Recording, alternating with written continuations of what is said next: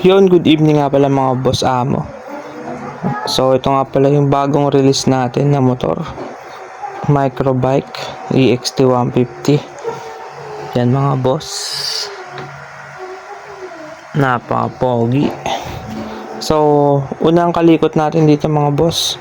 Lagyan agad natin siya ng top box. So ito yung top box na nakalagay dun sa click natin. So lalagay natin siya dito kasi yung mga ganitong klaseng motor, yung kung tawagin nila ay Pantra, wala silang mga compartment, kaya mas maganda kung lalagyan natin siya ng top box. So ito yung top box natin na ilalagay. Yan, sec. Yan yung nakalagay sa click. So ngayon lalagay muna natin siya dito para may lagayan tayo ng mga tools or mga gamit. Ang kagandahan dito mga boss, hindi na natin kailangan mag-provide ng bracket kasi yung carrier niya o yung grab bar niya, yan, ready na siya. Kumbaga, sasalpak mo na lang to, tapos okay na, lalagyan mo na yung top box. Okay, so salpak na natin. Okay mga boss amo, salpak na natin itong pinaka plate ng ating top box. Maganda itong ganitong brand. SEC nga pala yung brand nito. Pero hindi ko rin siya binili. Kasama siya sa Click nung binili natin yung Click 125. Buti nga swerte kasi merong kasamang box. Tapos SEC pa yung brand. Mamahalin din kasi ito guys. Siguro nasa around 6,000 to 7,000 din to pag bago. 'Di ba? Nakatipid tayo.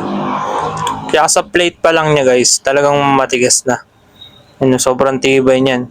Kahit apakan mo yan mga boss, hindi talaga siya bibigay basta-basta. Sobrang tibay niyan guys. Kasi subukan na to eh. Kasi lagi ko siyang ginagamit dun sa dati nating motor, kay Hanso. Wala rin kasing compartment yan. Kasi nakadesign siya na pogi lang, pampapogi, pero walang compartment. Ito meron, kaya okay din. Ay, ito wala rin, kaya yun nga, nilagay natin dito yung box ni Hanso. So, wala na kasi si Hanso guys, yung Yamaha SA natin. Namimiss ko nga yun eh. Pero, okay na yun kasi may kapalit naman siya. Si Gretel. Gretel, yarn. Pambabae nga lang. Okay lang kasi blue naman yung motor natin.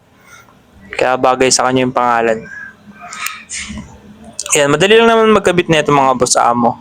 Ayan, no, ganyan lang.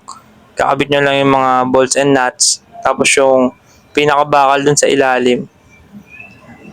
Yun yung pinaka-bracket niya eh. Para kumapit.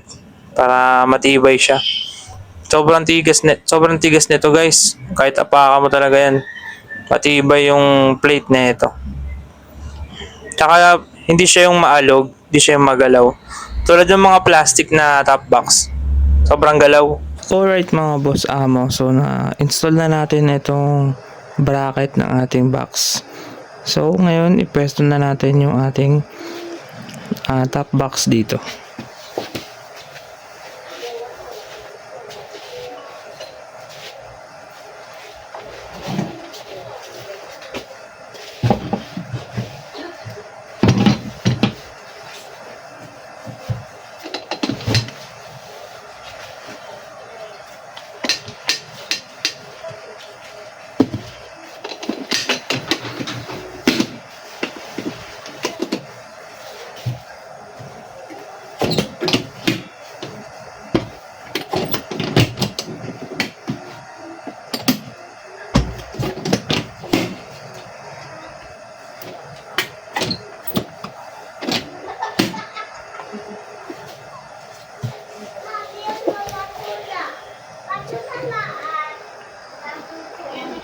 So yan siya mga boss amo.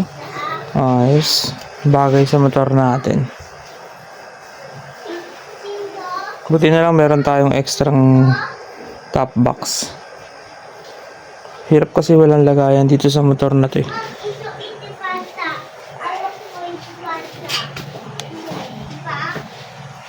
Ayan guys, kapag nasa harap. Ayan. And so ganito yung tindigan niya mga boss amo kapag nakaharap yung motor sa atin. Tapos ito yung box natin. Yun o, pogi. Meron na tayong lagayan ng gamit natin. So yun muna ngayon mga boss amo ngayong araw. So baka susunod, plano ko i-lowered yung harap natin. So maganda sa motor na to mga boss, naka-ready na siyang i-lowered. And lulusot na lang yung pinaka-bareta ng shock dito. Tapos lowered na yun guys. Bala ko mga 2 inches ko lang siya ibababa. Ayan, so yun na lang muna mga boss sa ngayong araw. And abangan nyo yung mga next na video natin.